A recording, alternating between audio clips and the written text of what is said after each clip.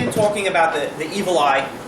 Its sources, the way that we're going to start off is first figuring out the sources in the Torah. What sources do we have in Torah? And is it evil eye is real or not?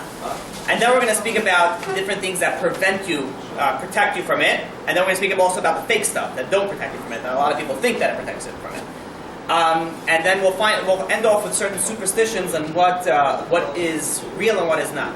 Not everything. I know there's a lot of things, especially with Russian backgrounds. They have a lot of things that are superstitious, but I wasn't able to get all of them. But I was able to get some of them. Okay. So to begin, and this again we spoke a little about last week. So as a review, is there such a thing from the Torah as an evil eye? And the answer is absolutely yes. You see, the first time that there were evil eye spoke about in the Torah was that Sarah gave Hagar an evil eye, and because of that she miscarried. Right? And additionally, it's not the part that we're going to speak of more in depth than other ones. There is Yaakov Avinu. There was a famine in the land where one of our forefathers, right? It was Jacob. There's Abraham, Isaac, and Jacob. Jacob, he had 12 sons. One of them was, he didn't know where it was. He thought it died. That was Yosef that lived in Egypt. Now, there was a famine in the land that he was, and he said, in Egypt is where everybody had food. So he told his sons, listen, go to the land and get food. Now, when he told them to go into the land, it says that they were like big guys, very well put. He says, don't go all in one shot. Rather, go in separate entrances, so this way evil eye won't fall on you. Right? Location for this is Genesis chapter 42, verse 5. It says that they said, that they went inside there, and you look at Rashi. Rashi says straight out. It says what? He says, he says, why are you going to go in each different entrance so that the evil eye won't come to you, right? Because if people see like a bunch of big, strong guys, tall, good-looking guys walking in, they can put an evil eye in it. Jacob didn't want that. He says, listen, go in separate entrances, therefore the evil eye won't fall in. There's in the Gemara, in the Talmud, in Bava Metzia 107b, it speaks about that Rav, there's a certain pasuk, that God is going to remove from you all the sicknesses. And they say, what is the sicknesses? They say the sicknesses is evil eye. That's the way that some interpret it. And he goes on and he explains that he went into the cemetery, this big rabbi. He went into the cemetery and he found out how those people died. Right? And there's three, how did he do that? So some say that he was actually able to speak to them. Others, he said he asked through a dream. Others say that he planted a tree. And if the tree died, he knew that they died from evil eye. And if it lived, they knew they died from just regular causes. And he came to the conclusion that 99 out of every 100 people die from evil eye. So this is a very, very serious situation over here. We see that most people are dying from evil eye. So from the Torah, oral law, and the written law, we see both sources that there is such a thing as evil eye. We know Bilam tried to place an evil eye on the Jewish people. So evil eye is real. Now the question is how are we supposed to interact with that? Not only that, from this week's Parasha, actually, we can prove some evil eye. We have. Oh, you heard about this. I wasn't going to say that. Maybe I'll bring you that. So the luchot, the tablets, right? We had two tablets.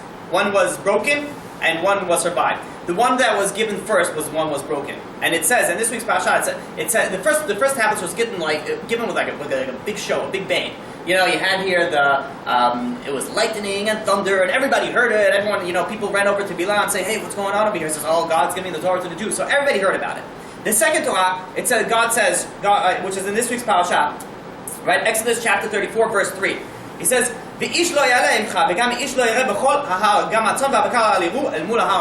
says, no one's coming up this time, just me and just you. He told Moses, you come up now, privately. It was a very quiet endeavor, right? The first one was given in a whole loud, shebang, and it was all, everybody heard about it. That ended up, you could say, was given an evil eye. It got destroyed. The second one is what we have now, was given quietly. Quietly, we see that it didn't have an evil eye in it, and hence we still have it. Right? Again, it's not the only reason, right? The tablets weren't broken only solely because of the evil eye, right? It was broken because of the sin that we did in this week's Parasha, which is the golden calf. So, but just as a general idea, this is where we can see that. Okay, so now we have to understand how does evil eye work? In fact, the big rabbi once asked, and we spoke about this last week, is how is it possible that because I have something going for me, so I have, let's say, a nice car or whatever I have, so because some other guy becomes jealous, I should be punished for that? It makes no sense, right? Why should I get punished and I should get something ruined from somebody else's jealousy? Most people, when they get a brand new car, right, it only takes about a week till this gets keyed or some scratches, right? Right away, they always know that. Oh, why do they blame it on evil eye? So first of all, how does that work? So Rav Dessler explains. He says, when you flaunt your blessings at somebody else, that other person gets hurt from it, right? Inside, he's it bothers him. Not because he's a sinner. Sometimes it's just like a person has this, it's just the way that people are. Granted, it's not supposed to be that way, but people are that way. So somebody gets hurt, he gets, it feels bad. He's like, oh, my life is not going this way. This guy's life is going so great. So he gets insulted. He says, because you hurt somebody else, he says that person's cry is going to go up to heaven. A person has to, that cry is going to get answered. There's nothing that goes unanswered. So he says, it opens. Oh, we're going to get to speak to that. Yeah, Sorry. Mm-hmm. No, it's good. I was going to start speaking about it, but he said it, but I was like, I'm going to keep it in the right order. So,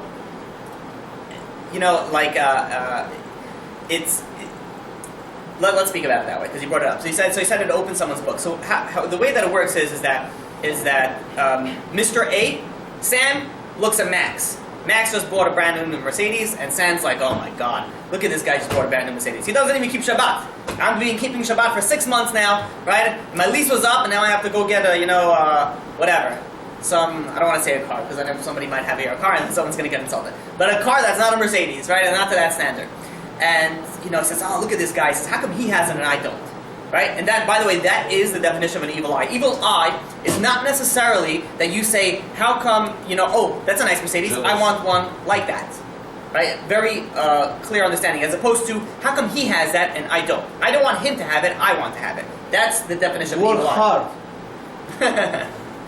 It's not, by the way, it's not all necessarily That's true. what should be written on this car. Work hard. Work hard to get to the same car. And don't be There are jealous. many people that work very hard and don't make a lot of money. Hold on, it doesn't Work make smart, sense. work You smart. work, probably it's not work not enough. Not didn't enough. work That general way, the way the world works is yes. The harder you work, the more you work, you're going to do that. But there's a person that can work at McDonald's behind the counter. He works really hard. He works 12 McDonald's hours. is not a work. It's McDonald's for the college students. McDonald's for the high school students. So what you really need to say is not work hard, work smart. Of course, you have to be smart to work nice place. But in essence, even if a person works hard in his life, and he got this because of all that he went through, a person's still not flaunted and hurt somebody else because of that. Even though you're right, maybe this guy went to medical school and he studied really hard, and for 20 years his life was nothing. Was all studying and residency and all these things. That's what I'm talking about. And then, yeah, I know, that's why I'm explaining it. And then he goes and he makes money. So why? Now some guy who never went to college, he dropped out of high school, is going to get insulted because he's working, behind the desk somewhere or something like that. Says, even so, a person, the doctor who's making tons of money, is not allowed to flaunt all his wealth at somebody else. It makes other people feel bad. Especially in our generation, it's very bad. Our generation, it's all meeting. What is it called? Keeping up with the Jones or something like that. You always have to keep with up with somebody else. So it's something that you have to be considerate about. If somebody lives in a community or that not a lot of people have money, and this guy, God bless him, he has a lot of money. Shouldn't be flaunting it around, right? You shouldn't park 17 Mercedes, in every different color. I know people that have Range Rovers in different colors. They just don't know what to do with their money anymore. It's like 2 people in the house, but they have like 4 cars, right? I know somebody right now. He just 2 days ago, and he's not going to watch any of this stuff, so I know I can say it.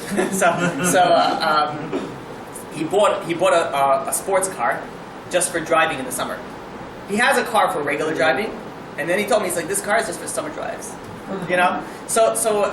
When people live a certain way, they're just flaunting it in front of everybody else. It's just hurting other people. But how does it actually work? So the way it works is that Sam got, let's make Max a doctor, right? Dr. Max. Dr. Max is, bought his new Mercedes. Sam got jealous. So how come he has and I don't? So what happens is in heaven, everybody has a personal angel, or however you want to explain it. And his angel goes over to Sam's angel, goes over to Dr. Max's angel, and say, listen, it's not fair. How come your guy has a Mercedes and I don't? And they say, once you say something, it makes an impression in the heavens. And they don't just be like, oh, whatever, this guy's stupid. No, we don't. They deal with every single thing that comes up as a real claim. So they go up and they say, all right, let's open the books. Let's see if Dr. Max really deserves to have a Mercedes. And they start opening his books and they start auditing him. Right? No one wants to get audited. But once they start auditing it, they can find certain things. They can find certain issues and they can find certain problems. And then, God forbid, there's an accident. God forbid, there's something else happens. So it doesn't have to be with the car. It could be something else in its entirety. But they can also see if maybe he deserves an Mercedes Bentley, he'll let it go through. You're saying it's going to go for his benefit. Right. So this guy Mercedes. Is it possible to go in the benefit, or it's only going to go if they're going to see, it's... So there Is it possible in nowadays age to find a guy that's driving a Mercedes and he could probably get a benefit? That's a good question. I don't know if if hypothetically there was such a righteous person in that level that, because what we know, everything that we do is based on kindness from God. To say that not only do we deserve this, we deserve even more, it's very hard to say that. You understand what I'm saying? Because everything that we do in life, everything that we get is based off our kindness from God. God doesn't owe us anything. A lot of people think, okay, I'm going to be religious. Now I say, God, where's my bonus? Show me the moolah. It's Why not is it not raining? It's not that he has to give it to you. I'm saying if he deserves it, they open the book, let's say, they forgot to... If he deserves it, open so then he doesn't, there's nothing there. if he deserves it, they're not going to even open this book. Yeah, we're going to speak about that. How do you Why get to somebody- somebody? why How do you somebody- lock your books and nobody else could open it? Yeah, we're going to speak about that later. Yeah. So, okay, so that's general. I couldn't find the source of this, but I heard this. It said that a person has, when he creates a good deed, he has good angels. When he creates a bad deed, he has bad angels. Now, the good angels want to do him, want to protect him. The bad angels want to harm him. Now, what happens is that if he has this evil eye, he loses that protection against those bad angels. So those bad angels are now able to harm him. That I saw that, I heard that. I didn't see the source for it inside, but I figured I'll just mention to you. I also saw inside that it says that the evil eye of a woman is more potent than the evil eye of a man because they're more envious. And we're going to soon see that there are certain people that have their character trait is of evil eye is much stronger than somebody else's. Right? Like everybody else has certain powers. People have, and I'm sure you guys can attest to this, that sometimes you walk into a room and there's the one guy that walks in the room and makes everybody smile. Right? He walks in and everybody starts laughing. There's another guy that walks in the room that people are going, oh, this guy again. Right? There's certain classes that I teach that I can tell by that. There's one guy that starts talking, everybody's like, just forget about it.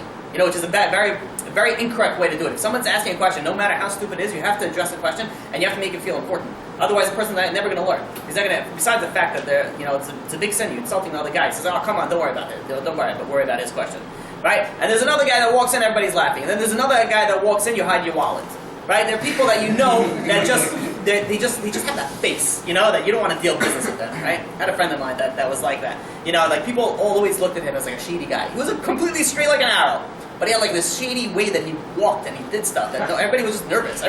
Some people have that. So it's like certain internal energies, if you could say. It's that feeling in your gut. Yeah. That some people have those internal energies and evil eyes. Some people have a good eye. Some people have that thing that if they look at the evil eye is very potent. Bilam was one of those people that he had a very, very strong evil eye. So actually the Zohar says something very important. We have to mention this, that if somebody puts an evil eye in somebody else, he will get the evil eye first. So it's not like you don't like somebody. I heard about this again. I didn't see it. I think I mentioned last week. It says there's a company online that if you want to put an evil eye in someone, let's say somebody cut you off or really pissed you off, there's a company that they'll say, "Oh, we'll put an evil eye in him." We'll do that. I don't know if it's true or not. I haven't found it. I don't know anything about it. But those people are fools. So they're putting evil eyes, and they're just going to get everything back on themselves. For a fee, they go and they destroy another person. I don't know. I don't know how they do. Maybe they send a picture and they start looking at the picture really intently. I just want to ask a question. Did you mention how you can put an evil eye on someone that you love? Yes. Oh, we didn't mention it yet, but we will, hopefully we will. There is besides the fact of putting like there's somebody that is able to put an evil eye on somebody else even from far away. They actually made a study on this. Is that they took a bunch of people in the room and then they took a bunch of people in a different room and they said they took one picture of one guy and they started staring at him. I haven't looked at the study. I heard of the study. They started staring at this picture, and there was one guy that they asked, and he actually came up. He says he feels that someone's looking at him. He was able to feel that someone was staring at him. Meanwhile, nobody in the room was looking at him. There was somebody in a different room looking at his picture, which is, again, is it true? Is it not true? I can't say it. I'm just, presenting that information, which does make sense a little bit. Sometimes you're able to. Sometimes you can feel that someone's looking at you. You have that weird thing, like you look around and no one's in there. So I'm not saying someone's staring at your pictures on Facebook. Maybe they are, maybe they're not. But in any case, the question that we have to deal with now is we just said that, and this is from the Chazon Ish, the way that he explains it. There's somebody said this week, we also explained last week, that if somebody goes and puts an evil eye on somebody, that person can die, right? That was the Gemara that we said originally from Bava Metzia, right? Was it Bava Metzia? It was Bava Metzia. Yes. So he says, how does that work? If on Rosh Hashanah, we all know in the New Year we get judged, right? Not the Russian New Year, the Jewish New Year, right? We all know the Russian New Year is a very big important thing. The Jewish New Year, everybody gets judged what's going to happen for that whole year. Whether you're going to die, whether you're going to live, whether you're going to have money, how much money you're going to make, you're going to have happiness, sad, whatever it is, everything is written on that day. So how is it possible that somebody could go and put an evil eye, kill another person, if it was written that he should die? You understand the question? Is it, how does evil eye work if we already were inscribed in the beginning of the year what's going to be for that year? So it says the Chazon Ish, says somebody that was inscribed for a year of life, evil eye, the guy could stare at him from today till tomorrow, it's not killing him. Right? He was inscribed for life, God said he's going to live, he's going to live. If God said he's going to die, then he's going to die. Now, how does it work, the evil eye? So says the Chazon Ish, it means that when somebody goes and says that he was supposed to die, but it didn't say how he was going to die. So their evil eye can kill him. So from this thing, we explain that evil eye doesn't sound so scary. Right? Evil eye only sounds like it could only hurt you if you were destined to be hurt, and then it's depending on how you're going to get hurt. But the Chazon Ish continues, and he says that there are certain people that are inscribed, and he speaks specifically about life and death. There are certain people that are inscribed not to live and not to die. It's sort of like, let's see. It's called going with the time. It says if you live, good. If you die, also good. It's sort of the books was left very vague, very open. That type of person, says the Chazon Ish, evil eye can kill him. And it says the Chazon Ish, since we don't know, who knows that we have this protection? That we said, that God said we're going to, no one knows that we said that we're going to live to the next year. Nobody knows, so hence everybody needs to be fearful of the evil eye. It says, understood? Is that clear? Okay, let's see. So this is something that is very important, that people, that this is coming back from a huge rabbi, right? You're talking about Israel, one of the biggest rabbis, the Chazon Ish. There's one thing you're allowed to be jealous of. Right? Torah. Yeah. Mm-hmm. So there is the Peliyot, all right? He explains the evil eye very clearly. He says, first of all, he says a person has to be careful not to put an evil eye on himself. Right? But now, when a person goes and how do you put an evil eye on yourself? okay, let's okay, fine. So let's just say in general, right? Not only can you put an evil eye on yourself, you can put an evil eye on your kids. Subconsciously, you're putting on. Yeah, that idea, but on yourself. You mean because you're coming on the assumption that there's only jealousy. Jealousy is not the only source of getting an evil eye. How is it? So the Peliyot says that if someone gives, and this is based off of Zohar, says if someone gives a blessing to somebody else, and just it's like, oh man, that's not a blessing, a compliment. I'm sorry. If someone gives a compliment to somebody else, they'll be like, oh, nice car, and that's it. You don't count. Counting also, yeah. But he says if someone just gives, he gives a. We'll speak about that later. So if someone gives a, oh wow, your daughter so good looking. I don't know why that's a worst example. That's a terrible example, right? I don't know why I said that. But like let's say he's going and he wants to set him up with a date of their son, right? So he goes to his daughter. It's like, oh, your daughter's very pretty. Can I set up? So by just giving somebody a compliment, you could give an evil eye based off that. Says the Peliyot, right? How do you negate that? Says the Peliyot, you go immediately and you give him a blessing. You have a nice car, may God continue to give you good cars, or whatever it is. Oh, you have such a great business, may God help you with your business. By just giving him a compliment, to say, if somebody goes into someone's store, let's say, and it's so packed full, he's like, wow, yeah, it's really packed. You're doing well, I see. And then he just leaves, right? The next day, store's empty. Right? He's going, that guy gave me an evil eye. I knew that guy gave me an evil eye. Right? So a person has to be, when a person gives him somebody a compliment, you're praising somebody about something, immediately give him a blessing. That, says the Peliyot, based on the Zohar, is going to negate the evil eye of that. Where do we see this? We see this in the Torah. We see in Devarim. Devarim is Deuteronomy. Deuteronomy chapter 1, verse 10. It says, Moses he sees the Jews, and he says, there's so many Jews. It says, Hashem Elokechem hiobeh etchem v'inechem hayom. He says, oh, look at you, you're so many, like a bunch of stars. So, not like stars, like each one is like stars, like many in the amount. And stars also, everyone's a star. Okay, so he says that, so what is Moses doing? He's giving us an evil eye, he's just saying that. That's why the next pasuk, he says with a blessing, Hashem Elokei avotechem yosef alachem kachem elef pa'amim. He says, oh God, may God continue to bless you up to 1,000 times. God, he said a praise, and immediately afterwards he said a blessing. And that's the way that a person has to be, when a person gives someone a compliment, gives someone a praise, immediately right afterwards, say a blessing with it. He says a person also, says the Peliyot, so the person, if you want to look it up, it's in the Peliyot. Peliyot separated as things based on letters on the alphabet. So it's under Ayin for I, Ayin. So over there he explains, he says that He says when you have to also be careful how you protect yourself from the evil eye. Sometimes you go and you give someone a compliment, and he says, "What? You give me an evil eye? Two, chamsa. You know, he does all his charades that he does, right? To try to protect for the evil eye. And meanwhile, he's insulting his friend. He just gave him a compliment. He's like, "What are you? I'm your friend. You think I'm here to give you an evil eye? I wanted to give you a compliment." So a person has to be careful how he does this. He protects himself from the evil eye, right? There's sometimes, first of all, the knock on wood we said last week is completely garbage, right? And you should stay away from it because it's more idol worship than anything else. But let's say you don't know that, and let's say somebody used to do that. Somebody gave you a blessing, and you start knocking, and trying to take away the evil eye. So you're really insulting the other guy. You're insulting him because I'm your friend. You think I'm in here to give you an evil eye? I gave you a compliment. Come on, right? So a person has to be careful, says the Peleiotes, how you protect yourself from the evil eye. So now, clear so far, right? Okay, good. Try to make this as simple as possible. It says that evil eye also has halachic practical applications. If somebody, there's a Gemara in Bava Batra, right? 2b, that it says that a person is not allowed to stand in someone else's field while the crops are fully grown. Because why? He's going to put an evil eye in it. Why are you sitting there looking at someone else's stuff? They're like, oh yeah. You know how it is? Every time somebody's doors open, you look at the people walking the street, everybody's so interested in looking inside people's houses. Right? What do you care? What is the difference to how the inside looks? Right? People look inside, people want to take, Can you use that example and relate it to real life today? Looking someone shouldn't stand in the crops up there? So we don't deal now with farming. Yeah. It's not going to be as potent. It's not going to be. It's because what am I going to say? Your store is full of product. It's supposed to be full of product. Otherwise, it's not. Yeah. The potency is disappeared. So here's an interesting question that actually came. We spoke about this last time. It came over to Rabbi Meir Eliyahu in Israel. It says there were two people that lived. That families lived far away. And they wanted to do. They were both getting married. They were both very close friends. They were getting married to two other. It was a very close knit wedding. They said, listen, they both didn't have money. He says, let's save money. Let's do a double wedding. Double up. Anyways, our friends are your friends. Your friends are our friends. Let's do it together. Save money. So they went and asked the rabbi. The rabbi says that you are not. He said you're not allowed to do it because of evil eye. Now, what's the evil eye? So somebody's going to go on there. Someone is single. Is getting married. He says, look at this. Two people are getting married in one day. I can't even find the girl. Subconsciously that's going to come. So it says that's why he says you because of the evil eye you don't get to get married on the same day.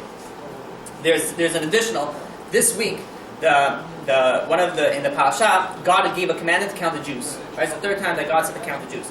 Now how are the Jews counted? The Jews are counted by giving machatzit shekel, giving a half a shekel, a half a coin. It's not literally half. It's a value of a half a coin. So the question is why don't you just start counting? It says you're not allowed to count. You're not allowed to count people. That's why if you're need a minyan, you don't go 1, 2, 3, 4, 5, 6, 7, 8, 9, 10.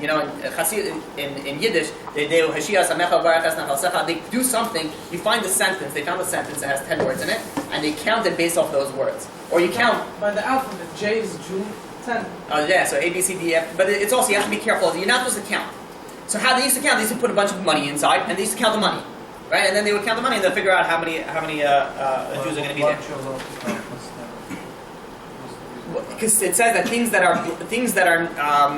I don't know if this is the main source, but if things that are counted do not have the blessing is things that are hidden, that are not counted. There's also things that speaks about that certain things that the demons have ability to infringe upon from things that were counted versus things that were not counted, things like that. So, you said something about the double marriage. Quick question. You're allowed to do that, right? In Jewish law, you're allowed to do that. No, you're not supposed to. You're not supposed to because of the evil eye, right? You're not supposed to double up because of the evil eye. Okay, so there's additional thing that and I said this last week. I said that it says that if you're not particular about the evil eye, if you don't worry about it too much, it's not going to affect you. I thought I found the source for it. I looked up the source, and it wasn't. It was an incorrect source. It was a source for demons, not for evil eye. So there is things that I have yet to find the source for it. Right? They say that the source is in Psachim. The trait it's Psachim 110b. And I looked it up, and maybe I didn't look it up in depth, but it speaks about there that demons have something that if it's impures or if it's not impures and things that are counted. That's the whole thing I was saying about. They are able to have access to those things. They're able to take it, whatever, damage and things like that. So over there, this is a very common thing that you speak to Jewish people and they say, oh, if you don't worry about it, it's not going to affect you. There is an halacha that in the Orach Chaim that he speaks about, the Shulchan Aruch, he says that if, let's say, you're not supposed to, if you have two brothers, and they both want to get an aliyah to the Torah, right? They want to be called up to the Torah. You're not allowed to do one after another. You're not allowed to do one brother after another brother, right? Or father or son, right? Why not? Because of the evil eye. And says the halacha, even if they say, I don't care about evil eye, I don't believe in this stuff. So still you're not allowed to, even if they say that, you're still not allowed to give them two aliyot, one after another. So here we see that even if somebody is not, particular about it, he still refrains from it. So I do have a question on that, and how is it possible that if you say that you're not, if you don't worry about it, it doesn't affect you as much? So, okay. So moving on, it's, they say also that a woman is not supposed to wear all of her jewelry when she goes outside. She's just attracting attention to herself for no reason. There's also the same source, the same idea is, that the fish. Have you ever, the chamsa? So we're going to speak about later the chamsa, but if you ever look at the chamsa, sometimes it has fishes on it. It has pictures of fish on it. Now, what's in the fish? The fish is something also against the evil eye. The reason being is that the fish is under the water, so nobody can see the fish. So the fish is away from the possibility of getting an evil eye. Now, my question originally when I had looking this up, I'm like, okay, the fish are on the ground, but fish see other fish. I don't know, what does it mean? So what is it? So, but if you think about it, the only people that give an evil eye is the humans. Humans have the ability to give an evil eye. Fish are the fish going to give an evil eye to another fish. I was going to say, oh man, you look fatter than me. Fish have very short-term memory span, right? So, who said that? Goldfish has like 3-second memory span, right? Life is an adventure every 3 seconds. Okay, so, but that's the point. It's hidden from the eye, and that's why it says that it's also, you realize fish have so many babies, more than any other creature. Maybe cockroaches. I think cockroaches have a ton of babies. Spiders also do. But fish in general have tons of babies. You have a fish tank, they give birth to like 20 kids at a time, right? It says the evil eye has no effect on them because they're under the sea. No one sees them. No one deals with them. No one says, oh, what a pretty fish. Right? Once you stick it in the aquarium, it's something else. But Avraham was saying earlier that there is something which I wasn't going to mention. The Gemara in Brachot, page 55b, says that if you want to take away the evil eye, you put the left hand in the right thumb in the left hand, the left thumb in the right hand, and you say, the name son of of your mother, has come from the seed of Joseph, with no evil eye has any impact. Right? And we're going to soon explain why Joseph specifically has no evil eye impact on the evil eye. He's like protected from the evil eye. So there's additional, regarding Joseph. It says that somebody, somebody was a descendant of Joseph, and he used to sit in a place where a lot of people, Rabbi Yochanan, he used to sit in a place where a lot of people would pass by. And he was a very good-looking guy. So he said, you're not afraid of an evil eye? He says, I'm not afraid of the evil eye because I'm the descendant of Joseph. So because I'm a descendant of Joseph, the descendants of Joseph have no effect on the evil eye. Okay, so how are we going to protect? Now we're moving on to phase, whatever number we're up to. How to protect from evil eye, right? So last time we gave five ways how to protect yourself from evil eye, but now we're going to go into depth and try to explain it. So the number one is be modest. Don't flaunt your blessings to everybody else in the face, because that's just you're basically just asking for it. Somebody, they live in a very bad area. Let's use the example of the car. I think that's very easy. They live in a poor area, and they drive, the $150,000 Mercedes, down the road. What do you think? Nobody's going to look? Even now, like you go in a place like Brooklyn, where you have a lot of people that are very wealthy, and they drive very fancy cars, but you'll see a Ferrari or a Lamborghini, it still turns heads, right? If you go to Dubai, I don't think it's going to turn so much heads, because everybody there has it. Depends if it's solid silver or gold, then maybe yeah. But otherwise, it's not going to turn his head. You see a Rolls Royce, it's not going to turn your head so much over there as it will over here, right? So, number one is be modest. Now, there is a lot to explain about this. There are people that, and I've actually met these people. They'll come over to you and be like, oh, thank God, I just closed a business deal today, $50,000 cash. Oh, shtabach shemocha, thank God. And it didn't even happen. Just a lie. He didn't even close any deal. He's just going to, make himself feel good. So, oh yeah, I just solid business deal today. Wait, what are you lying for? What are you bringing things up that are completely not true? And now people are going to put an evil eye in you. And I've had this, many times. I was sitting, this is how I know. When I was in real estate, I knew not to deal with certain people. How did I know? One time I was on the phone with somebody. He called me, and he's like, and after a few minutes, he's like, okay, I have to close this $1 million deal. I gotta go. I'm like, good luck on the $1 million deal and goodbye. You know. I didn't tell him I'm not interested. I told you right away. I knew that this guy's ready. He's not. If you're closing $1 million deal, you have no need to tell anybody else you're closing $1 million deal. Rather, you just have to feel that you're trying to say important. But why do people do that? Why do people go and say that they, something that didn't happen? What do they gain from that? They boost their ego up a little bit. That's all they do. Self-esteem, boost their ego. Yeah, it's all ego. It's all pride. I'll tell you, I was once sitting in a meeting, and I knew. It's so funny because the two people that were talking to each other, I knew both of them. And they were speaking about what they drive. One guy was saying, yeah, I drive this $150,000 Mercedes. And the other guy says, I drive this $80,000 Jaguar.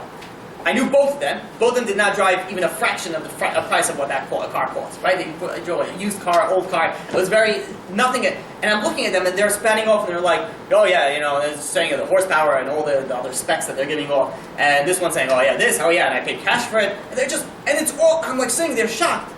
So, I probably shouldn't have done it, So, I mentioned something and they're like, oh, this one, yeah, I forgot my car in the house. Oh, and this mine is in the shop. All of a sudden it's in the shop, it's in that. All lies. What? You're telling somebody that you're driving a $150,000 Mercedes when you don't even have the gas to pay for that $150,000 Mercedes. Why are people doing that? The answer is they're the opposite of being modest. They got to show how important they are. I'm successful. Look at what I did. That's not going to gain you anything in the other person's eyes, right? When somebody goes and starts overshooting and overkilling and saying, oh, look at all this that I have accomplished, people already start looking down at him. Nobody's interested in dealing with such a person, especially if it's all fake, it's all lies. So this is where, sitting in the meeting, I knew both of these. But let's say somebody else, right? He's driving whatever. Poor guy driving a Lexus. Right? He's sitting over there, and he's driving Lexus. He's like, this guy has a $150,000 Mercedes, and we're working in the same company, we're doing the same things. He's like, oh, that's bad. And it hurts him. He's like, how did this guy get it and I don't? And this guy's causing suffering to somebody else. And this suffering, God forbid, goes up to heaven. And because of that, this other guy's going to get, or can get, an evil eye based on that. So number one is be modest. Don't flaunt your things. Don't flaunt your blessings. Keep it personal. Keep it private. There's additional thing there's a Gemara in Baba Metzia, page 42a, that says habracha be'asamecha. The blessing is in the silo, which is the blessing comes from things that are hidden from the view. Things that are hidden, those are the things that are going to get blessed on. There's there's also the Gemara in Tainus, page 8b, which says that the blessing only is that which is concealed from the eye.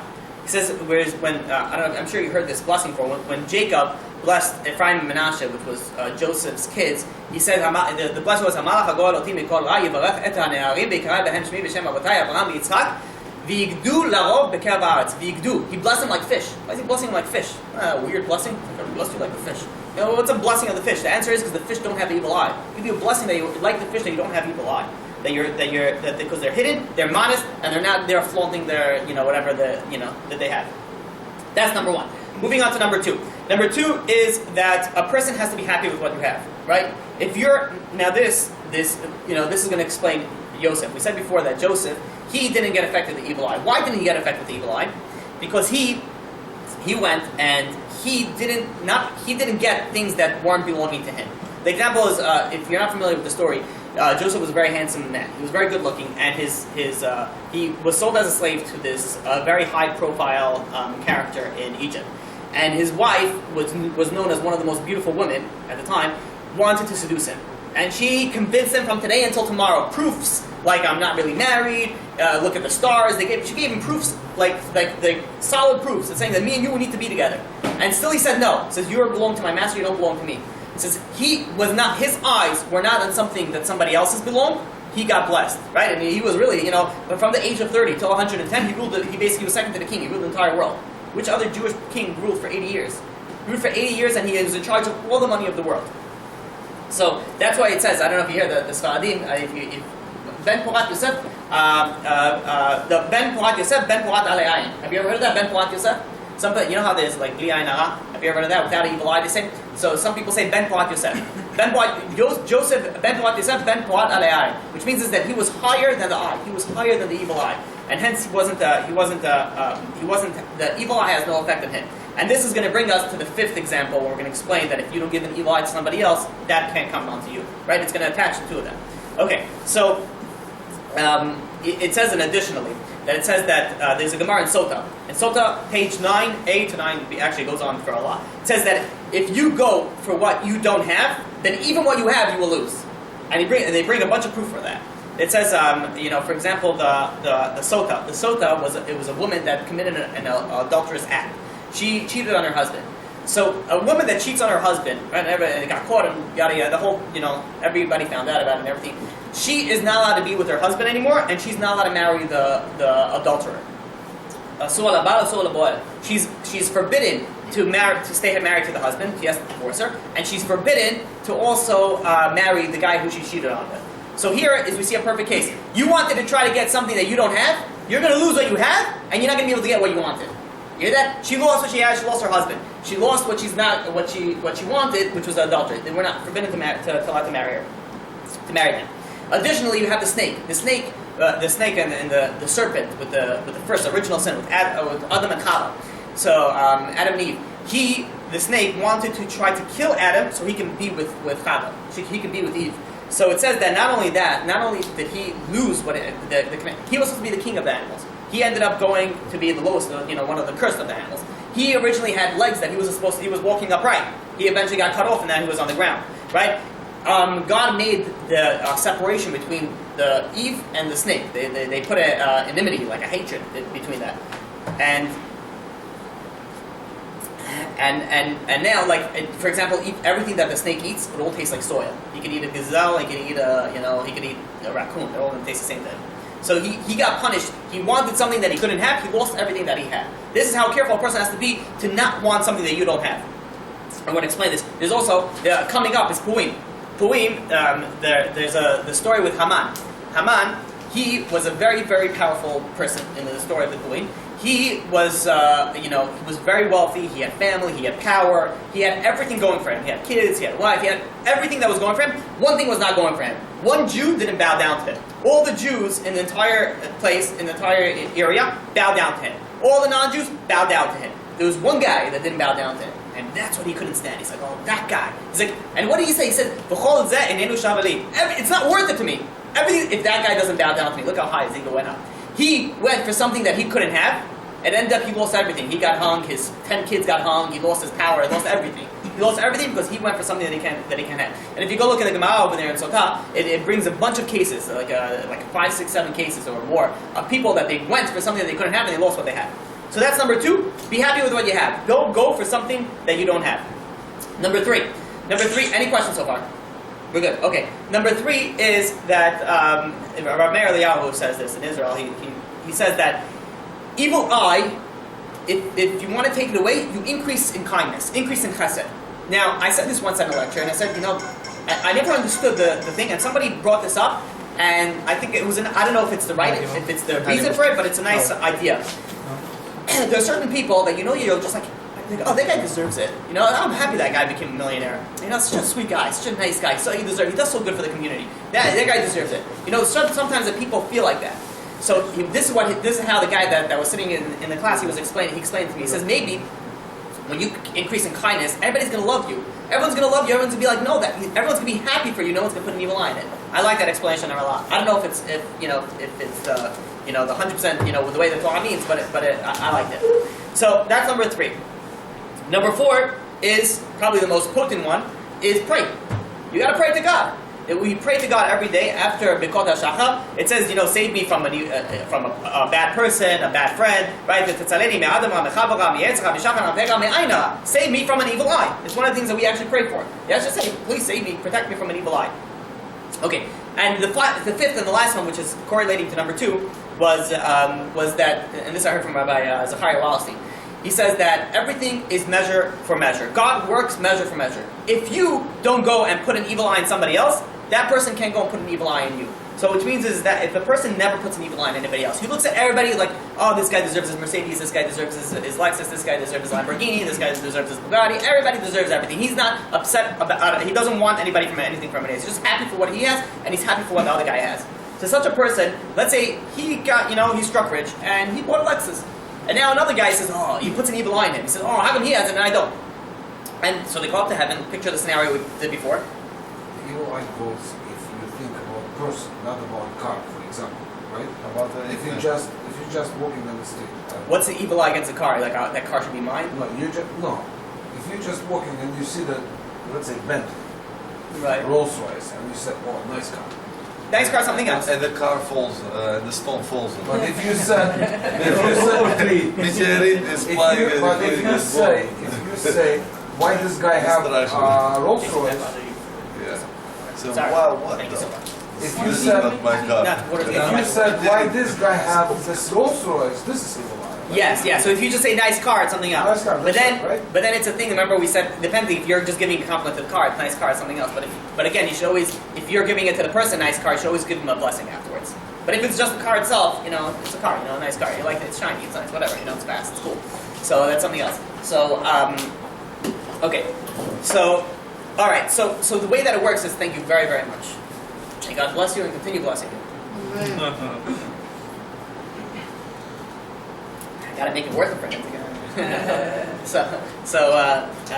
Okay. So now, when the evil eye, that if somebody goes and never puts an evil eye on anybody else, which means he looks at everybody always with a good evil eye. So now somebody goes, God forbid, and puts an evil eye on him. So they go up to heaven and be like, all right, let's open his books. Let's see if he deserves this. So your angel, because you never gave an evil eye, says, you're not opening nothing. Says this guy never caused anybody else's books to be opened. You can't open his books.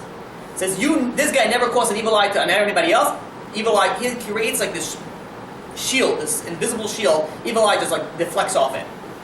Right? Now, what is the source of evil eye? The source of evil eye is how come this guy has it and this guy doesn't? To explain this idea, yeah, one of the main things is jealousy. So, but to explain this idea is to picture the scenario. You have a guy that's an actor. He's a lead actor. He's a great actor. Gets paid millions of dollars, and he's is acting a scene. And in the scene, he is a poor genius, and that can't make it big, but he's like a genius guy. And then there's a guy that's like his manager, who is like rolling in money, and he's successful, and he drives a nice car, and he's basically speaking down to this poor guy, causing him you stupid idiot, even though he's the one who's making all the money, he is just speaking down to him. And this main actor who's playing this poor guy, he's like thinking, he's like, I don't understand. It's like, I'm the main actor here. I'm getting paid the big bucks. Why is that guy being the rich guy and I'm being the poor guy? So I'm the main guy. And he says, you know what? I had it. He says, now he starts reading the script for the rich guy. The director is sitting there, so he's filming this thing, and suddenly he switches characters. He starts acting the manager, and everybody gets confused, and the manager's like, cut. What are you doing? What are you? You're speaking the wrong role. So he says, I changed my mind. I want to be the rich guy. It's not fitting for me to be a poor guy. He says, come on, I'm a rich guy. You're going to put me playing a poor role? So the director is like, he's like, are you serious? He's like, you're just acting here. We all know you're the rich guy. This is just the acting. When you finish this, go and live your rich life. And the actor's like, no, what do you mean? I'm rich. I play rich. So he pulls over his, the actor, this rich actor, puts his hand around him, walks him out to the parking lot, and he goes and says, how many Bugattis you see? Whoever doesn't know what a Bugatti is, it's one of the most expensive cars. No, what are they worth? Like over $1 million each? So he says, how many Bugattis you see? So he says, one. He says, who does it belong to? He says, me. So he says, you play the scene, and then you go drive your Bugatti around. Okay, just you play your scene right now, because that's what's going to get you that Bugatti. So he says, you act your way, what you're supposed to be, and then you live however you live life in a different way. Everybody in their life we all play a lead role. In our own movie, we play a lead role. And our role is, whether sometimes it's rich, sometimes it's not rich. Sometimes it's healthy, sometimes it's not healthy. By you being jealous and saying, I want like that guy, you're just saying this, that you don't want to play your role, you want to play his role. You're the lead actor in your movie. It's like, what are you worried about that guy? It says, and especially Jews that get jealous of non-Jews. It says, we get paid the big bucks. The main actor is going to get paid a lot more than an extra. An extra, if he messes up, it doesn't really matter so much. So, he was walking a little bit crooked, didn't walk on the lines in the background, no one cares. But if a main lead messes up on a line, they have to redo the scene again, because he's getting paid the big bucks, and the main thing is on him. The Jewish people have the main, we are the lead role, right? Hence, we have the most obligations, 613 mitzvot. We have a lot to do. But that's why you get paid the big bucks. When you're starting to say, look at the, whatever, all these actors that are making millions and billions of whatever they're making, says, and then this guy is struggling to pay bills, you're playing a role now. All you're playing is a role. After 120, you go and you're going to cash in, you're going to be driving your Bugatti in the next world, right? Lahavdil, right? Which means it's not sure. That's why it's harder for them. Yeah, obviously, but we have to explain it. I'll tell you. You believe in what you see, 100%. I'm not. It's easier said than done. It's easier said than done, but it's good to say it. That's why the angels came here. they fall from the sky because they're jealous to the man, and then Right. they couldn't. Right. But the idea is that if you live your own life, you're realizing life is short. Life is crazy short. The older, you know what I realized? The older you get, the faster life goes by. I don't know if anybody can agree with me. The older I get, I'm like, you know what? It's already, it's already almost Purim. Can you believe it? It's already almost summer. Winter just started. I don't like winter. I mean, I'm happy that summer comes, but time just goes past by. Before you know it, you're 100 years old. Maybe the will of all of you to live long lives, right?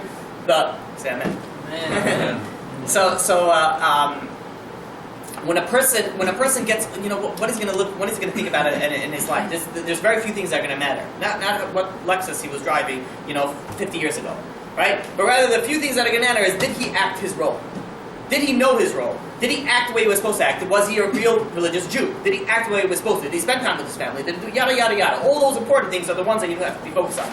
I'll tell you a very cute example I heard from Rabbi when he was speaking about this topic, is that he says imagine this elite group of soldiers, and they are going in a very, very secret mission, top secret mission, and so top secret that they were all trained across the board in all areas of their specialties. Like everybody knew everything, to how to do every other person's job. But they got a certain black bag and they had to put it in the knapsack. They didn't know what they were supposed to be doing. No one knew who was the sniper. No one knew who was the lookout. No one knew who was the radio guy. Nobody knew who was anything. When did they know? Once they got down to the ground, they opened their bags and they saw what role they were going to. They were so top secret that they couldn't even tell the soldiers where they were going, what they were doing, and even what their role was. So imagine some guy goes over there and he opens up his thing, and one guy opens up, he sees a sniper. He's like, awesome, yeah, I got a sniper, cool. Holds up over here, it feels really cool. The other guy opens up, he sees a walkie-talkie. He's like, oh, come on, I want to be a sniper. He says, you know what, screw it. And he points his walkie-talkie, and he goes, pew, pew. Like a little kid starts to do it. So what are you doing, man? He said, you're the radio guy. Stop pretending to be the sniper. You're playing the wrong role.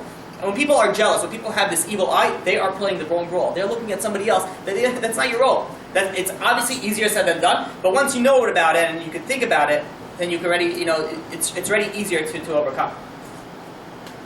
The source for this is in the Gemara in Brachot 20b, that if one doesn't want something that what others have, he's less susceptible to the evil eye that have somebody to take away something that he has already. Right? He becomes immune to that effect. Okay, so those are the 5 things that are protection against the evil eye. Okay, we're good at that. We're clear. Okay, so now let's speak about a few things that we mentioned last week. I wanted to get through it. Red string, Hamsa, a few other important things. So the red string. Where does the red string come from? So I heard a bunch of reasons, which I want to go through, where the source might be for the red string, but I haven't yet to find a place that says red string, is because of this. Source, Kabbalah, the Zohar. I haven't found anything that it's legit like that. People try to explain the red string of what its source is from.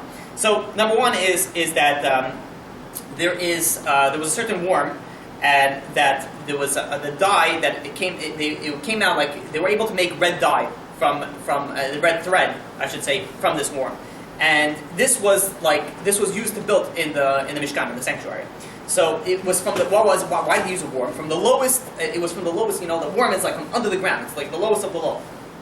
So he says, why does that have to do with the anything that in the Mishkan or what happens, anything. So Rav Dessler explains, he says that evil eye was said is a source of jealousy, which means is somebody gets blessed. God blesses that person and he is very successful, very wealthy. Now let's say that blessing gets to his head. Certain people that they get very, once they realize that they make a certain amount of money, it's this way, they can't go to certain places if it's going to be a bunch of low-class people. What are you talking about? I'm in the billionaires club, They're going to be just millionaires over there, I can't go. There are people, by the way, like that. They won't go into certain... If let's say they get invited to a wedding, it depends who's going to be at the wedding. Where am I going to be sitting at the wedding? Otherwise, I'm not going to go. It gets really to their head.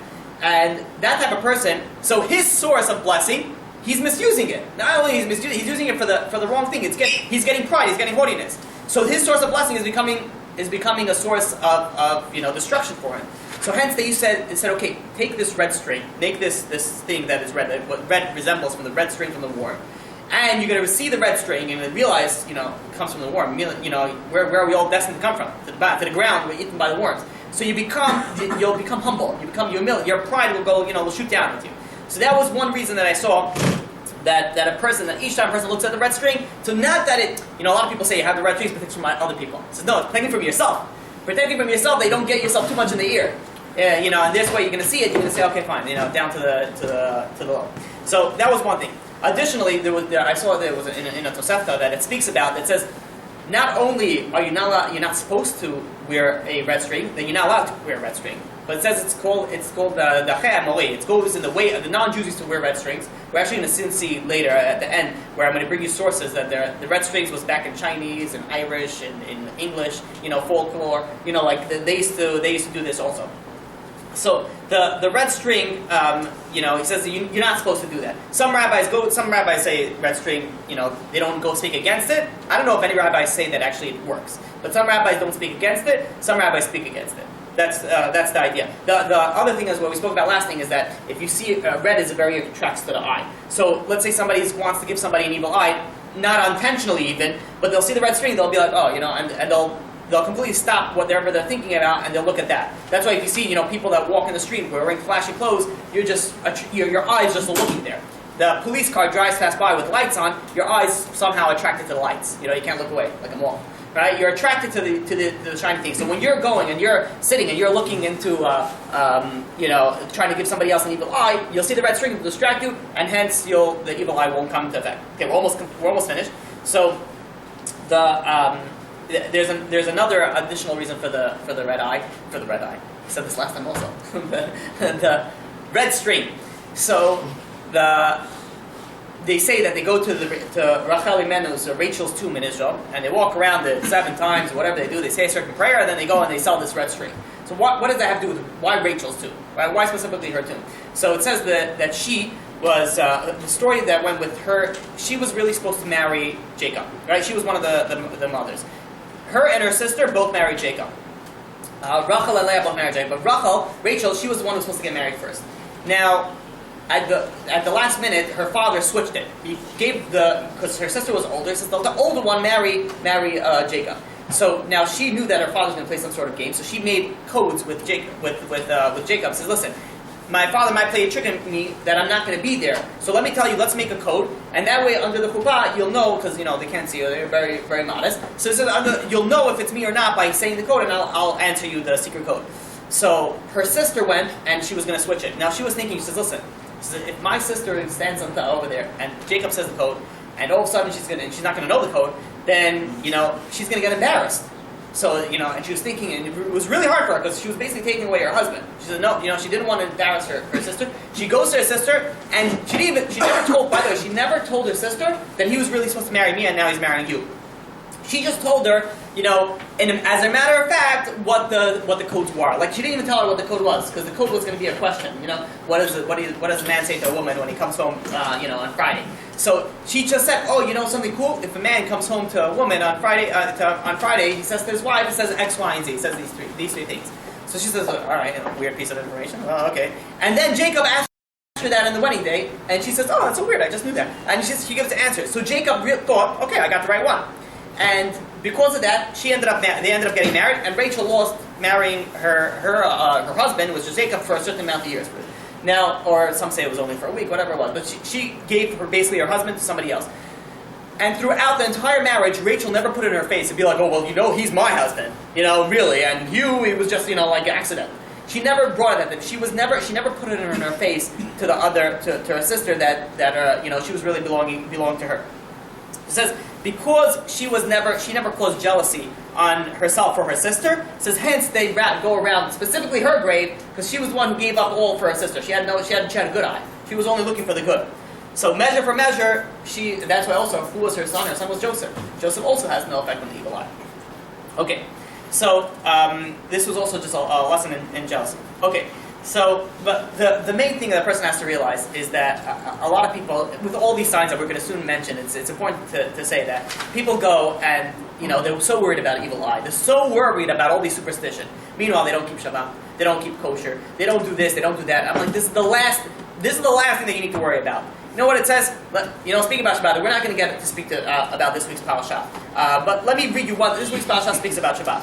And it's very important that we read it inside. How important is Shabbat? Right? This is in Exodus if you want to look inside, it's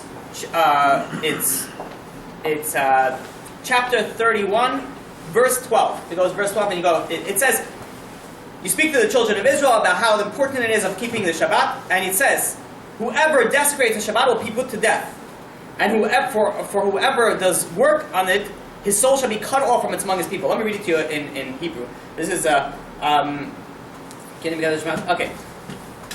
You should watch the Shabbat because it's holy to you. It says, one who desecrates the Shabbat, is going to die. Not once, it says twice. It says you're going to die twice. What does it mean, die in this world and die in the next world? Very serious punishment for people that don't keep Shabbat. And it says, and then it goes on. It doesn't even stop over there with just dying. It says, whoever desecrates the Shabbat, not only die, also his soul gets cut off. God's basically pushing you away. It's so people don't keep the Shabbat. They don't keep the Torah, but they're worried about the evil eye, right? They'll do the knocking on the wood, and they're spilling in the salt, and they're looking at they're not going to whistle, not going to open up an umbrella on the house. They'll do all the things that are fake, but the real things they're not going to get, right? It's not their fault really, because the Satan knows its job, right? He knows how to do it. He knows what to do. He knows what to get you at. But a person wants to protect himself from the evil eye. Stop worrying about all these little, nonsense. You keep the stuff that God told you to keep. You'll be protected. God has a promise. I'm going to watch my kids, right? Don't go against God. Stay with God. Okay. So now, let's. It's interesting. When speaking about the red string, there is here's some interesting things. The English and Irish folklore. It says go dating back to the year 1040, right? Which is talking about almost 1,000 years ago. He said they used to tie red strings in different parts of the body to cure different ailments. So they used to do it if they would tie it around the neck to cure a whooping cough. Some people used to tie it around the neck to cure nosebleeds. And don't try this; it's all nonsense. Tie it around the neck; it's also choking. And they also used to tie it around the neck for babies to protect for the teething. So and they had the pregnant woman would wrap it around certain fingers, and they would do certain. Everybody had their whole thing about that. So. All this stuff, nonsense. Let's speak a little bit about the Hamsa, right? So you guys are familiar with the Hamsa? Mm-hmm. It's a hand, right? What? Hand? Yeah, it's a hand. The hand that looks like two thumbs. The hand that looks like one thumb is like that. And then they put some eyes in it, and they put some fish in it, and they put some, Kabbalistic works on it. So no one's sure of its original source. Most think that its original source is actually Muslim. Because some people say the hand is really the hand of Miriam. They say that's the hand of Miriam. The Muslims, if you go, which dates back more than the Jewish people, that's why they think that it's basically Muslim. The hand is the hand of Fatima, the Prophet Muhammad's daughter. They put her hand, and the 5 fingers represent the 5 pillars of Islam. The Jews go and say no, the 5 pillars represent the 5 books of Moses, right? So go figure which one is the thing. But Rabbi Eliyahu was asked, so let's say someone has a Hamsa in his house, so he should take it off. So it says, being that the rabbis don't protest against it, he's not, people don't protest against it, so it might be okay. It might be okay but the source is unclear. Is it from Islam? Is it from again, the fact that the hand is from Islam, but all the rest of the engravings on it is usually Jewish stuff. So, okay, well, let's finish up over here because it's getting late. So, let's finish up with some superstitious stuff. Do you have another class? What? You have a class? Do I have another class? They didn't get back to me. I don't know yet. I'll keep it fun. Okay, so let's speak about a few superstitious stuff, and then we'll see if we'll review and we'll get any questions on the evil eye at the end. Okay, so superstition, black cat. So there's a very big superstition with black cat. That number one, if a black cat crosses your path, it's bad luck to you. If a black cat walks, you're not allowed to cross over its line. Yeah. Right? So what's the source of that?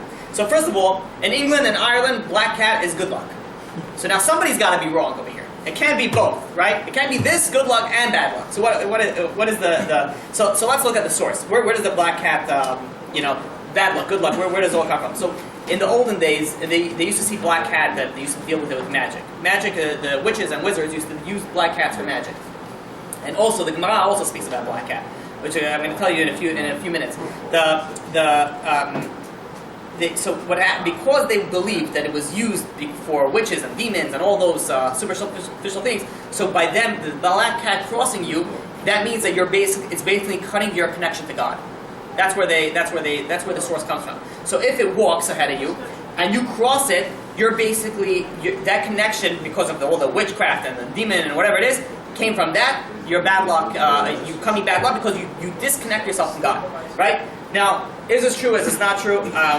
From the Jewish perspective, never seen anything about walking about in front of a black cat, seeing a black cat as bad, anything like that. The only source that I am familiar with regarding a black cat is that there's a Gemara in Brachot that says that if you want to see demons, and it gives you a whole type of ingredients, and if you want to look at and see how demons look, you take a placenta of a black cat, the daughter of a black cat, and you do certain things with it. We don't have to, give the whole ingredients over here. But the point is that is as far. Nowhere that I read, and again, I'm going to say all these things, and I'm saying it all based off my research, and based off my understanding, and based off its origination.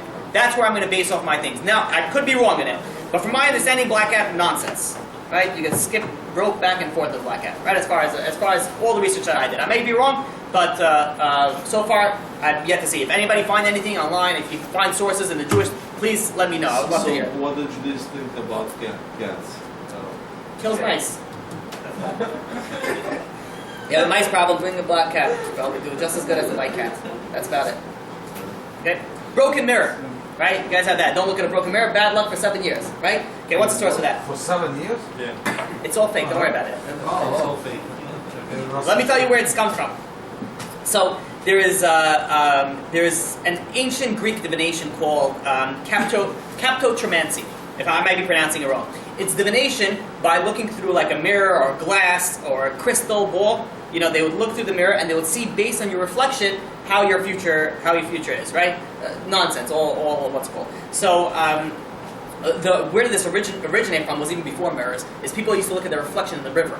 And if they saw like a broken reflection, they would say, okay, it's bad luck because it's something in the future. Later, it turned into the Romans. They say that every 7 years, the body goes under physical regeneration. And if you have a break in the mirror, it breaks that regeneration. That's why you have to wait another 7 years. So but where it originated from originally was in 15th century when they came out with mirrors. So originally mirrors were very expensive because it was glass with a backing of silver. So the servants not everybody had mirrors. People that had mirrors, they used the servants to clean the mirrors. Now, if the mirrors got broken, it was very, that's very expensive. So they used to, if a servant was cleaning a mirror and it broke, they would have to serve 7 years, under the master just as a payment, just to pay it back. So 7 years became 7 years here, 7 years there, and eventually it turned out you look at a broken mirror, you got 7 years bad luck. So that's as working for 7 years. right. So at all these sources. Now one of them is Jewish. All of them just seems like it made up over the time and has nothing. That being said, I wouldn't keep a broken mirror because it's dangerous. And that's probably it. I mean, you don't have to, again, if there's anybody finds a source for a broken mirror than Judaism, please let me know. When somebody dies, they usually cover the mirrors. That's for a different reason. Yeah, not for luck. Anything for suicide. So there's Kabbalistic reason and then there's halakhic reason. Okay, good, thank you. Okay, the knock on wood. Let me tell you where the knock on wood came from. So the knock on wood originated from originally where pagans used to believe that spirits used to live in the trees, and then when the trees turned into tables, the spirits still lived there. So they used to knock on the wood to wake up the spirits to protect them from whatever, and something. But they said that, wake up, protect me, things like that. So Irish did this to thank the leprechauns. Right? Irish folklore. Look it up. They would touch the wood, it sends a thank you to the leprechauns, and that's for good luck. No Right? way. I'm telling you, go look it up. The Greeks used to worship oak trees because it was sacred to the god Zeus. So they used to again knock on the wood, maybe to wake him up, to protect him. I don't know what he was doing. So it started from all idol worship. Then what happened? Then Christianity used to collect they collected all the trash. All the idol worships, come join us. So what happened? They said that the Christianity, they used to, when they collected all the other pagan religions, they brought in some of their paganisms with their, into the religion. So, for example, the tree has nothing to do with Christianity. It was an Asherah cult. It was people who used to worship trees. And then they wanted to bring them into Christianity, but they said, well, we worship trees. So the Christians said, no problem. Bring the trees in, we'll throw it in one day a year, and we'll all worship trees. So they sort of collected everybody together. So now the problem is they had knock on wood. What are we going to do about it? The Christians had to change it into that. So they started saying the knock on wood is to resemble the cross that JC was hung on. So again, I don't know why you're knocking it. Is he sleeping? You're waking him up to help? I don't know what the thought problem. Knocked 3 times. Is he sleeping really strong? I don't know the reason for it. But the one thing that I can tell you for sure, knock on wood has no source in Judaism. And you're going to tell me that you're going to. I found the source. And the source was not even a source, because when I found the source, it said that in the 1500s the Jews are being prosecuted, so they made a secret knock to get into the synagogue so that they can go and sneak inside there. So because they knocked secretly on a wooden door, this way they knock. Come on, that's not. You don't knock. There's nothing to do with bad luck and that. Knocking a wood, you should definitely 100% refrain for. Right? That started off as idol worship, went to Christianity. It not only does it not help you, it's going to make it worse. So stay far away from knocking on wood. Spilling salt. So this is something very interesting. So I spoke about salt, and somebody once showed me. I didn't even know this. Somebody wrote a book, a sefer for Kafkazi minhagim. It's customs of the Kafkazim from there, and he showed me. Well, It's in Hebrew, right? It's in Hebrew, and he showed me, and he gave me this book, so I had to look through it, and I found the source. First, I didn't understand. I didn't find anywhere where if you spill salt, it's bad, or right, it's bad, right? If you spill salt, it's bad. So I didn't find anywhere, and so I looked it up over there, and he does bring it down. He didn't bring down. I couldn't find where his source was from, but he says a person that shouldn't spill sword because it could bring fight in the house, right? Yeah. Okay, so.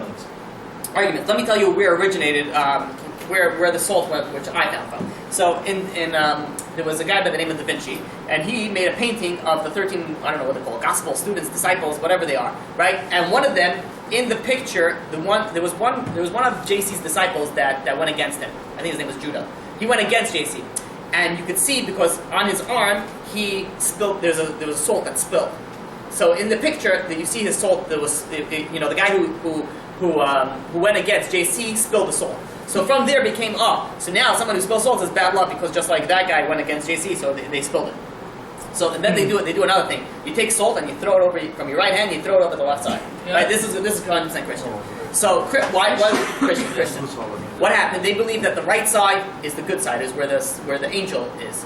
The left side is the little poof. There's like two people standing on your shoulder. There's like a good guy wearing like a halo, and then there's an angel with a devil, and it says, push the lady, says, no, give her some money, and you push the lady, he gives you a high five, what I'm talking about, right? So the bad one's on the left side, the devil's on the left side, the angel's on the good side. So they take the salt, and they throw it over the left side, so sort of to knock off the devil, right? That's where it comes from. Right? You take it, I don't know if it's 3 times or whatever it is, I right? tell you guys that in Israel, I was watching the archaeology, and they found the scalps of men's scalps with the horns. Oh, really? Yeah, they found one and middle, but they don't talk much about it. But they found a lot of scalps. The horns? That was Originally what it in came Israel, from. and there is some other places, some other islands. You know how I never heard of that. I will look it up. And they thought that this horns operation, but the more study they made, they see that they've been naturally grown out of the skull. You know where the Jewish? Because have you ever been there? Somebody once went over to me when I was like not in America. It was people. I guess people see a lot of Jews, and I was wearing the kippah, and they were like looking at me, and they said, can we see your horns? Can you take it off to look at your horns? What? So yeah, they actually asked me. It's like, so do you guys have like little horns over there? Because they think we put this on up there, right? So I said, yeah, but if I show you, I have to gore you. Really? Okay, yeah, you ready? Hold still. And I'm like, ta-da. So where did the horns is nothing. Where does horns come from originally? In the old pictures, when Moses, it says that when he came back from heaven, he had light shining from him. So the old pictures, they used to put 2 rays of light shining straight up. So people got to look at that and they have horns. It looked like horns. It looked like just rays of light. And that's where the origination of it came from. I've never heard that they actually found people with horns. Were they Jewish? Did they have a bris milah? I'm not sure Can't about tell. the Jews or not, but that's what. And not only in Jerusalem, they find in Israel. I'm not sure which city, but there's some places in the world they find Horns, really? I want to look it up. Let me see if Look it up. Yeah. Google it. So additionally, there's something very interesting. So it's bad luck for certain people to spill salt. Then I found Sicilians, if they have evil eye, they spill salt in their entranceway. And they spill salt over there, so that's good luck for them. So now here we have another, stira. Contradiction. One community says it's bad luck. One community says it's good luck. Sicilians, they do something very interesting. For evil eye, they spill salt in the entranceway to protect them from evil eye. Additionally, they'll take, and everybody in the house, if they feel there's an evil eye, everybody takes a bucket, and they have to urinate in it. And after they urinate in it, they pour the urine outside the house, like a libation, protection from the evil eye. Right? Go figure. So, opening umbrella indoors. So, where did this source come from? Right? In ancient Egypt, there used to be they used to wear umbrellas. They used to go in umbrellas to protect from the sun. Now it would be very disrespectful to the sun, to the god of the sun, to put an umbrella where there's shade, because then you're not protected. What are you protecting? It's only for me, powerful sun. So he used to say, like, okay, you're not allowed to go and sit in the shade. You're not allowed to go and put an umbrella in the shade because it's going to make the god of the sun feel bad, and not the god sun, the son of the god, whatever it is, the idol. So that's where the source was. Okay, so now you don't open an umbrella indoors. I even heard that if you open an umbrella indoors, it's going to rain on the day of your wedding. I don't know. People are taking things from my hat. So I heard the other one. If you eat from the bottom of the pot that you cooked there is going to be a rain on your wedding. oh really? No, it's not disgusting. And I'm telling you, the people, if people would be so careful on the Jewish law, like they are superstitious law, Yeah. we'd be in good shape. Oh. If only. Okay, next. Walking under a ladder. You ever heard of this? You're not allowed to walk under a ladder. Right? Why not allowed to walk under a ladder? So first of all, they used to say that the medieval times they used to hang people a lot. Right? They got into the mood of hanging people, witches, people they don't like, tax fraud. Everybody just got hung. So they used to think that, okay, so you put them on the ladder and then you push off the ladder. Now what happens is body falls, hangs down, and the soul keeps on falling down to the ground. So you're not allowed to walk under the ladder because the soul is hanging over there. That's why it said, because the ladder was under the gallows, and under the gallows is where the soul is hanging, right? Again, completely BS. The soul doesn't hang around over there. Then there's Christianity said something else. Christianity says there's a triangle. Triangle resembles the Trinity. And if you're walking under the Trinity, then it's already, disrespectful for God. Right? And again, go figure, there's so many triangles, but you're not going to, I guess maybe this is where what is that called? With the eye? Illuminati, Illuminati, I don't know. So they all come with all this. So again, walking under the ladder, I'll give you a good reason not to walk under the ladder. Something can fall and hurt you. That's as far as it's good. You should do it, right? Practical law. Practical law, right? Is the last one that I saw was a horseshoe. Have you ever heard of that? Yeah. You put a horseshoe for good luck, right? Good luck. So where did this horseshoe came in? Its origination is also Christianity. There was a blacksmith by the name of Dunstan.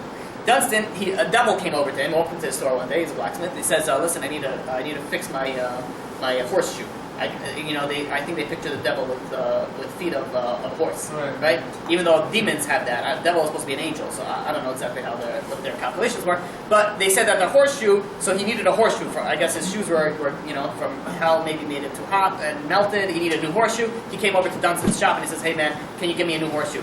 And this genius, Dunstan, says, "I see you're the devil." It's like, okay, and he put in a horseshoe with a nail, and very tough. And the devil was in a lot of pain. So this guy Dunstan said, "Listen, I'll take out the horseshoe and I'll relieve your pain, but in condition that whenever you see this horseshoe, you won't bother them. You'll keep it. You'll keep it. Whenever you see a horseshoe pasted on the thing, you'll take you'll be nice to them. No bad luck." So the devil apparently agreed to this guy, and that's why you see people when they walk in their home, they have horseshoes, right? Again, if you see somebody that's Jewish, rip it off, throw it on the floor. It's all Christianity. Don't do that. But I'm saying, tell them nicely. But it's all Christianity. It's all based on nonsense. It's all based on not only is it all based on nonsense, most of people don't even know what they're doing these things from. People are just doing it. They don't know the source. I always find that, By the hearing, or it's in their DNA already built up, some people. You know how you can tell when somebody's doing something. If you tell somebody to keep religion, right? So they say, okay, why do I gotta do this? They always ask a reason why.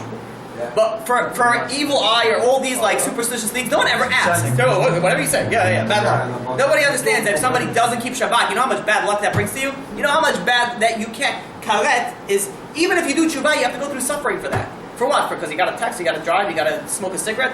This most stupidest things people ruin their lives for. Meanwhile, they're worried about the fake things. They forget about the real stuff, they worry about the fake stuff. You have a question? No. Anybody have any questions on the evil eye? But they're saying that if you keep the one Shabbat, it's gonna bless you for. Shabbat is kihi mikol bracha. It's a source of blessing. Nobody understands. People think that Shabbat, it's like, okay, fine, I do this and now I... No, Shabbat is the source of your blessing. You want to have blessing in your life? Shabbat is the source of the blessing. It's for the whole week. The whole foundation of Judaism stands on Shabbat. There's no reason why it speaks about it so much times in the Torah. Keep the Shabbat. If you don't keep it, you're going to die. If you don't keep it, you're going to be cut off. If you don't keep it, you're going to die. If you don't keep it, you're going to come again and again and again. There's a reason for it. It's not because they just like talking about it because there's nothing they want to fill in the space. Okay, what superstition was said about somebody's the other religions, or the other communities, the other part of their life. What about the Jewish and Torah? They said anything about the bad luck to protection? Besides what he said, 5 points, or anything like anything coming from the Torah, real Torah. That's real superstition. Yes. It's supposed to be, because the Jewish people also like a real human, like the other humans also, they have something to protect themselves. Right, so And what... they believe something. Right, I hear your question. So what in the Jewish law is something that you should protect yourself? So the evil eye is something real. That's number one. The evil eye is something real that you should protect yourself from. I'm trying to think what... There are other customs that people do, like for example, don't throw bread. Don't throw bread. Bread that makes a person poor, right? That's like a... It's not a superstition, but we have sources for that. Yeah, it's usually different, because everybody was taught to not throw out the bread, because it's just like a... It's a good thing to keep it, put it aside. Actually, we'll put it aside. Yeah, if you have, even if you have to throw it out, it's good to put it in a special bag. Don't put it in regular garbage. So some people have like in my house, I have a special bag for bread, and then I have a special bag for the garbage. So you give it like honor. Right, I never heard of that. That's not, people kiss also the kippah when they pick it up, but I've never seen this. Мусор нельзя. Why we kiss the books? Kiss the books is giving honor to them. Он отдельно держит сумку, Yeah, Saudi, Saudi. That's ignorant. No, it's giving honor. You know, you see a lot of people, they shake their hand and they'll kiss it afterwards. Yeah. All the bread we got. Just come. Yeah, I'm trying to think of what else. I have to look up. There are certain things. I'm trying to think off the top of my head of what else. Like, don't waste food. In your family, you see anybody in your family do something special to not protect themselves? Yeah, well, when I was younger, my brother used to say, "Don't walk over somebody else who won't grow." But I don't think that's a. Don't look up, But I don't think that's a real. I don't think if somebody's laying down, you're not supposed to walk over them because then they're not going to grow. I don't think that's. I don't think it's real. Everybody, you know what it is? With superstition, it comes from the culture. Like, so it comes from wherever you're from. Poland, so you have Polish superstition.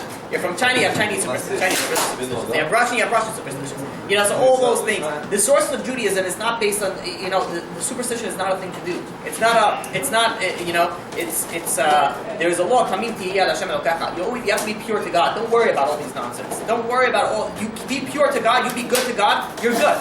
You know, people don't worry about all this stuff. You know, somebody that learns Torah, keeps Shabbat, keeps kosher, keeps all the mitzvot, is a good Jew. Doesn't have to worry about any of this stuff. Nothing from A to Z.